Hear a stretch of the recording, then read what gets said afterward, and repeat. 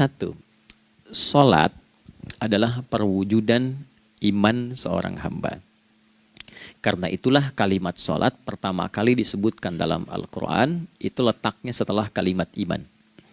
Al-Baqarah ayat 3, alladzina yu'minuna bil ghaibi wa yuqimunas shalah.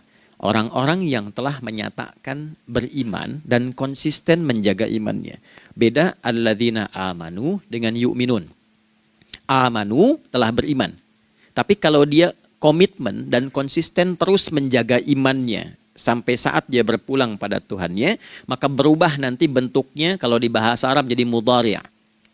Ya, kalau di bahasa Inggris kan tuh punya 3 arti. Present, continuous, and future.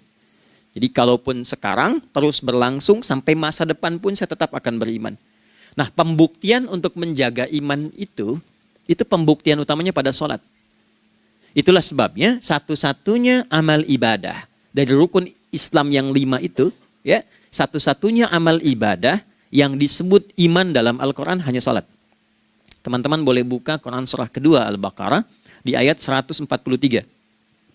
Ya, di pertengahan ke ujung ayatnya. Saya percepat. Wa ma kana Allahu liyudhi'a imanakum. Dan Allah nggak akan pernah menyia-nyiakan sholat seseorang yang dikerjakan karena imannya. Ayat ini turun, ketika ada terjadi pergantian arah kiblat. Dari yang tadinya semula ke Masjidil Aqsa, lalu berputar 180 derajat, beralih ke Masjidil Haram. Nabi sedang berada di luar Madinah. Madinah tempo dulu, wilayahnya nggak seluas cakupan sekarang. Oke, kalau diilustrasikan area sekitaran Masjid Nabawi sekarang itulah Madinah lah. Di luar itu sudah di luarnya. Nah, Nabi sedang sholat, riwayatnya banyak menyebutkan ada yang mengatakan zuhur, ada asar, ada maghrib. Di pertengahan itu turunlah Al-Baqarah ayat 144. Qad nara taqalluba wajhika fis sama' falanuwalliyannaka qiblatan tardaha fawalli wajhaka syatral masjidil haram. Maka berputarlah dengan turunnya ayat ini 180 derajat menghadap ke arah Masjid Al-Haram. Problemnya adalah ketika Nabi dan pengiring beliau kembali ke Madinah, area Masjid Nabawi, kan nggak semua masyarakat ikut. Maka virallah informasi itu bahwa kiblat telah beralih ke kiblat awal, yaitu Ka'bah Al-Musyarrafah. Maka penduduk panik pada saat itu. Status sholat kami yang tadi dikerjakan bagaimana? Karena sedang nggak bisa diulang, sudah pindah waktu. Maka turunlah kemudian firman Allah yang Al-Baqarah 143 itu, wa ma kana Allahu liyudhi'a imanakum. Karena engkau mengerjakan sholat itu dengan imanmu, maka Allah nggak menyia-nyiakan imanmu itu.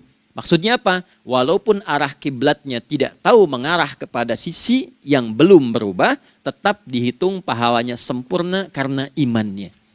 Gitu. Nah, ini nanti yang menjadi landasan turunnya Al-Baqarah ayat 115. Walillahil masyriq wal maghrib fa aynama tuwallu fathamma wajhullah. Kalau Anda sedang tugas nanti di lapangan, lalu sulit menemukan arah kiblat. Aplikasi susah karena sinyal nggak masuk misalnya. Oke, kemudian juga matahari agak remang-remang sehingga sulit untuk terlihat patokannya. Maka dengan keyakinan, dengan iman itu, menghadaplah ke arah yang kita yakini, maka berlakulah Al-Baqarah 115. Di saat itu diterima amal ibadah kita sama dengan yang menghadap kiblat dengan dasar imannya. Oke, nah